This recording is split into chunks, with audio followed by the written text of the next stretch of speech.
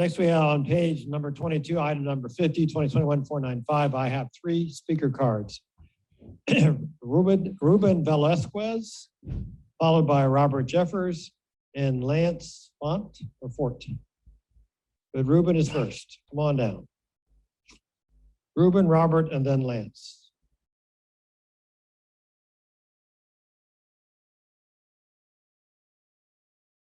Ruben Velasquez, North Florida Sheet Metal Workers, 6535 Trade Center Drive. Good evening, everyone. I would like to thank you for the opportunity and allowing me to speak today. My name is Ruben Velasquez. I am the training director for the North Florida Sheet Metal Workers, JATC, here in Jacksonville, Florida. We are a registered apprenticeship program with around 75 apprentices. We offer great opportunities to minorities and underserved communities in our surrounding areas. My message to you today is the use of registered apprenticeship on city-funded construction projects.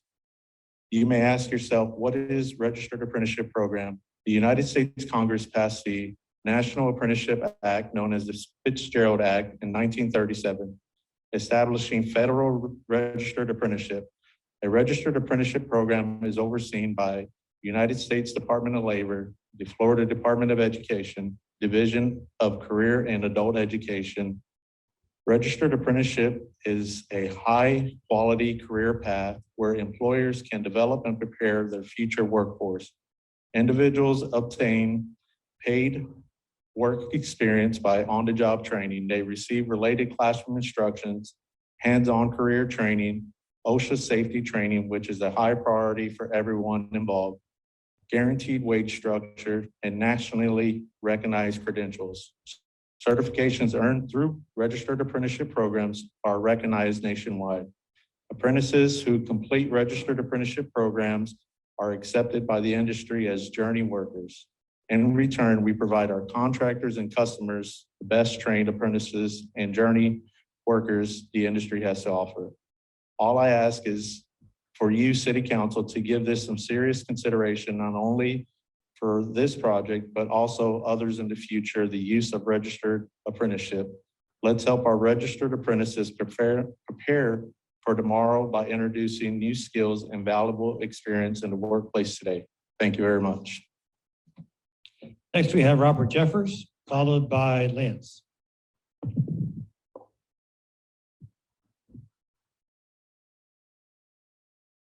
First and foremost, thank you, Council. So, as many of you know, my name is Robert Jeffers. My address is on file. There's many grassroots projects going on in Jacksonville right now, Duval County. It's like Amazon over on the west side. There's millions of dollars going in these projects. This is a $60 million project. And I would like to piggyback off of what he just said.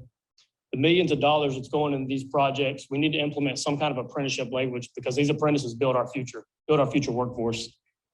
If we had an improved apprenticeship language, and not only this Jaguar building project, we could set a precedent for more local, young, skilled trades workforce to compete locally and provide futures for the city of Jacksonville and Duval County. Other major cities around the state already have this language implemented. Brevard County, Tampa, Gainesville, just a couple examples. I'm just asking that we look into getting this language implemented somewhere in our contract so we can set up the future and not only just get some of this money to our local families, but future projects. There's millions of dollars around here going into projects. If we could please get this language implemented so we can set up and get our future workers trained and spend the money on local families. Thank you, Council. Mr. Stelling, you have a question? Go ahead. This is mainly to my colleagues, Mr. President. This is in committee next week. I have provided the construction budget for this project to Public Works, and they are analyzing it, and they have provided a list of questions and answers that the Jaguars have answered. We've also provided that same budget to our council auditors. They have responded with a list of questions, and we have received the responses from the Jaguars and the administration. I would encourage my colleagues to review those and come to committee next week prepared to debate those so we can get that thing out of committee next week. Thank you, Mr. President. Councilman Ferraro. Thank you, Mr. President.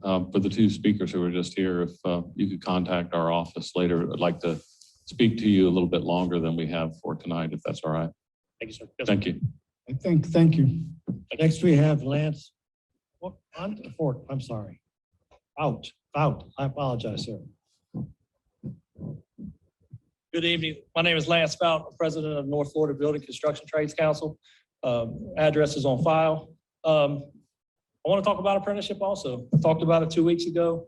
And one thing that I didn't mention 2 weeks ago, there's a lot of talk in here tonight, last week about, crime and everything. I will just say that a career is probably one of the best crime defenses that we could offer. If we give people careers and jobs and training, that keeps them off the street. They're not out all night running around.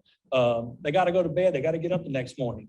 So getting some apprenticeship language into these city contracts and recognize the construction workers. Like I said 2 weeks ago, there's a lot of talk and bringing jobs to Jacksonville. We're here. We're ready to build Jacksonville. We're ready to leave our legacy, just like every one of you on this council is leaving a legacy here. These buildings around town, that is our legacy.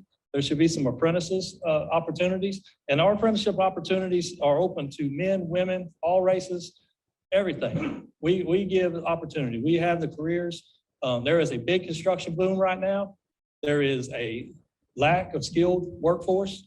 Over the last 40 years, when they took trades out of high schools and stuff, we're still here. We've been around since 1947, training apprentices and building these buildings. Please listen to us. This is very important to us, the construction workers of North Florida. There's over 1,000 apprentices in North Florida. We're ready to build these buildings. Thank you. Councilwoman Morgan.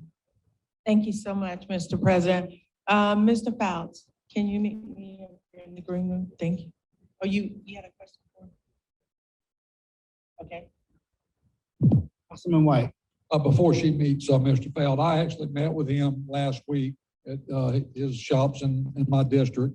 And I haven't talked to anybody because it can't, but I don't have a notice meeting.